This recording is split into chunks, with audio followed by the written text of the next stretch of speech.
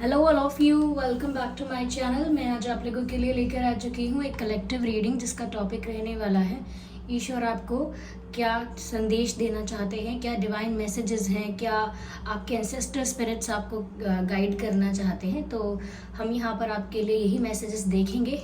ये reading general है, collective है। हो सकता है कि आपकी सिचुएशन में एग्जैक्टली रेजोनेट करे, या हो सकता है सिर्फ कुछ परसेंट आपके साथ रेजोनेट करे आपकी लाइफ के साथ, लेकिन ओपन माइंडेड होकर सुनिएगा, क्योंकि रीडिंग सभी ज़ोडिएक साइंस के लिए है, हर उम्र के व्यक्ति के लिए है और कलेक्टिव है, जनरल है।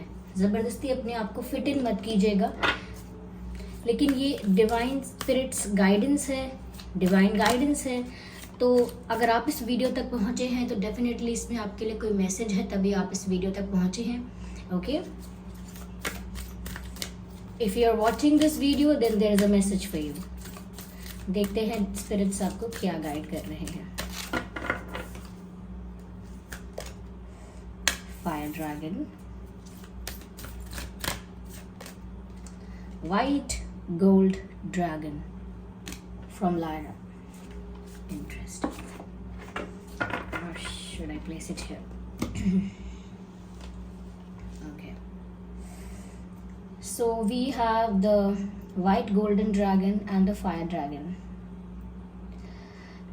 and the message is connects you to the higher light, highest light, and burns up the lower energy around you. Beautiful. दोनों ही कार्ड का जो मैसेज है वो कितना स्ट्रॉन्ग है और कितना इंटर रिलेटेड और कनेक्टेड है। दोनों ही मैसेज एक दूसरे से कनेक्टेड है और आपकी लाइफ के लिए है। एक कहता है कि आपको हायर लाइट के साथ कनेक्ट करने की ज़रूरत है and burn up the lower energies around you. जो भी आपके आसपास नेगेटिविटी है, जो भी आपके अंदर नेगेटिविटी है, जितनी भी नेगेटिविटी आपके एटमॉस्फेयर में है, ऑरा में है, आपके थॉट्स की वजह से, नेगेटिव थिंकिंग की वजह से, हर तरह की, हर टाइप की नेगेटिव एनर्जी को आपको बर्न करना है, विच मीन्स रिलीज करना है। ओके, तो यहाँ पर व्यूअर्स सबसे पहली चीज़ ये है कि आपको नेगेटिविटी को रिलीज करना होगा। आप इन दोनों ही कार्ड्स में जो ड्रैगन्स हैं उनका ज़रा पिक्चर देखिए, कैसे ये ड्रैगन ये आग की लपटे जो हैं, यानी कि जो आग है उसके बीच में है, लेकिन ये काफ़ी शांत है, काफ़ी काम है, काफ़ी हायर एनर्जी में लग रहा है। दोनों ही पिक्चर्स भी डिफरेंस बताते हैं साफ साफ। यहाँ पर डिवाइन स्पिरिट्स, चाहे आपके एंसेस्टर स्पिरिट्स या गार्जियन एंजल्स आपको इसी ओर इशारा कर रहे हैं कि आपकी लाइफ में वो समय आ गया है जब आपको हायर एनर्जी से कनेक्ट होना है, एंड बिफोर दैट, उससे पहले आपको अपनी लाइफ की नेगेटिविटी को रिमूव, रिलीज या बर्न करना है। वो कैसे करेंगे आप? सबसे पहले आप पहचानिए कि कहाँ कहाँ है नेगेटिविटी, आपके आसपास कितनी और कैसे कैसे है। यानी कि इतनी नेगेटिविटी है ये तो पता है, लेकिन क्यों है वो? क्या आपके आसपास के लोग बहुत नेगेटिव हैं, बहुत झगड़ा करते हैं, तू मैं करते हैं, गालियों में बात करते हैं? आजकल बहुत कूल है, बहुत नॉर्मल है, लोग गालियों में बात करते हैं और कहते हैं कि ये तो हमारे इमोशंस हैं तो लेकिन उस समय के लिए हंस लेते हैं, लेकिन उसका इफ़ेक्ट जो होता है वो पॉजिटिव नहीं होता है सबकॉन्शियस माइंड के ऊपर, क्योंकि आपका सबकॉन्शियस माइंड जो भी वर्ड्स आप बोल रहे हैं उसको अच्छे से एक्सेस भी कर रहा है, यानी रीड भी कर रहा है, ऑब्जर्व भी कर रहा है और उसको फीड भी कर रहा है। सब कुछ फीड हो रहा है, सब कुछ सेव हो रहा है। आपका बोला हुआ कुछ भी व्यर्थ नहीं जा रहा है, सब आपके ही अंदर जमा होगा। तो आप जो भी कुछ बोलते हो वो सब कुछ आपके सबकॉन्शियस माइंड में फीड हो जाता है, और सबकॉन्शियस माइंड में जैसी इंफॉर्मेशन है, जैसे थॉट्स हैं, वैसी ही एनर्जी आप क्रिएट करोगे, उसी एनर्जी के आप बन जाओगे, वैसी ही एनर्जी में रहोगे और उसी एनर्जी को क्रिएट करोगे अपने भीतर, अपने दिमाग से। ओके, तो यहाँ पर आपको सबसे पहले ये पहचानना है कि आपके अंदर क्या क्या नेगेटिव बातें हैं, और उन नेगेटिव बातों को रिकॉग्नाइज करना, यानी आइडेंटिफाई करना है, पहचानना है कि क्या है नेगेटिव, और फिर जैसे ही पता चलता है कि ये चीज़ें नेगेटिव हैं, उनसे छुटकारा पाना है। Just get rid of them.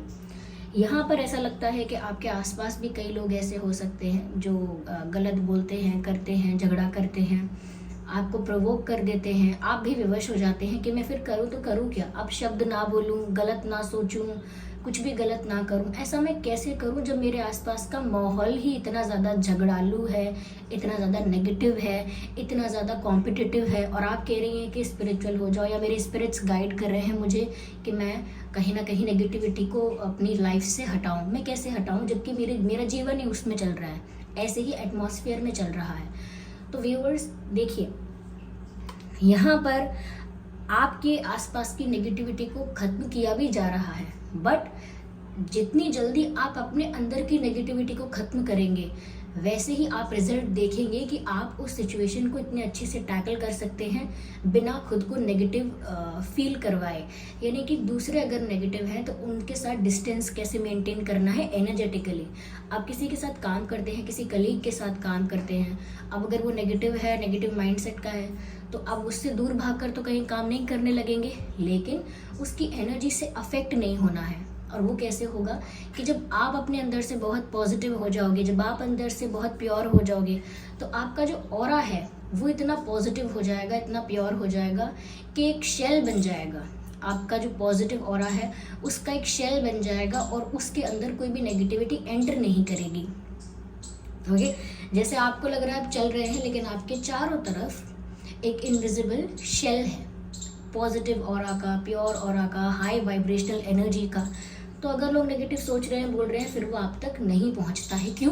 क्योंकि अब आपके अंदर उसके लिए कोई जगह नहीं है, आप बदल चुके हो। तो पहले अपने अंदर की नेगेटिविटी को खत्म कर दो, अपने आप प्रोटेक्टेड हो जाओगे बाहर की नेगेटिविटी से।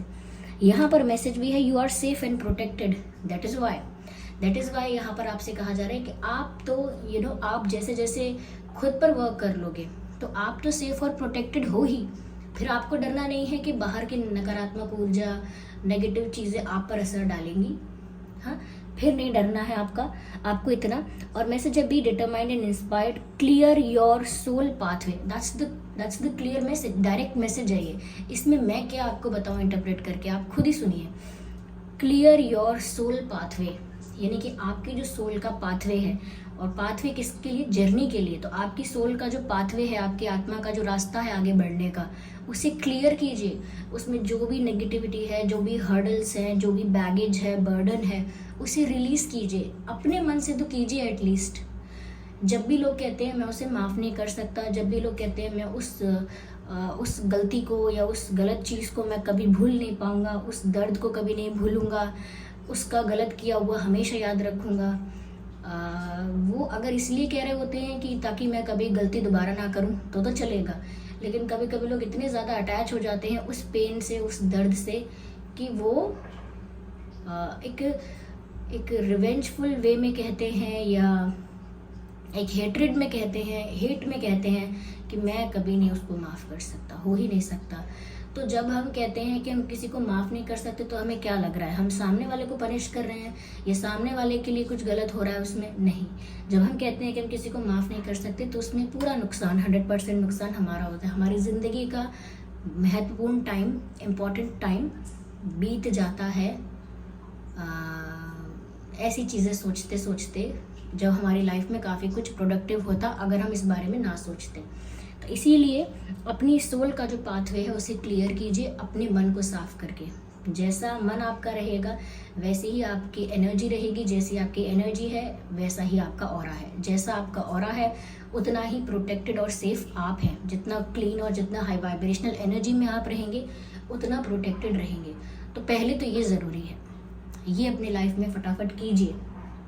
ओके, और डरिए मत, बी डिटरमाइंड एंड इंस्पायर्ड यानी कि फोकस अपने ऊपर करिए। ओके, और आप बन सकते हैं, कर सकते हैं चेंज, ये पॉजिटिव चेंज लेकर आ सकते हैं। इस बारे में सोचिए। देखिए व्यूअर्स, अगर देखिए गाली देना तो मैंने सिर्फ एक एग्जाम्पल दे दिया, ज़रूरी नहीं है कि आप में से कई लोग गाली देते हो, ठीक है? ऐसा नहीं है कि आप लोग देते ही हैं। ये तो एक जनरलाइज्ड स्टेटमेंट है कि ओपिनियन है कि अक्सर लोग देते हैं, ज़्यादातर ऐसा करते हैं।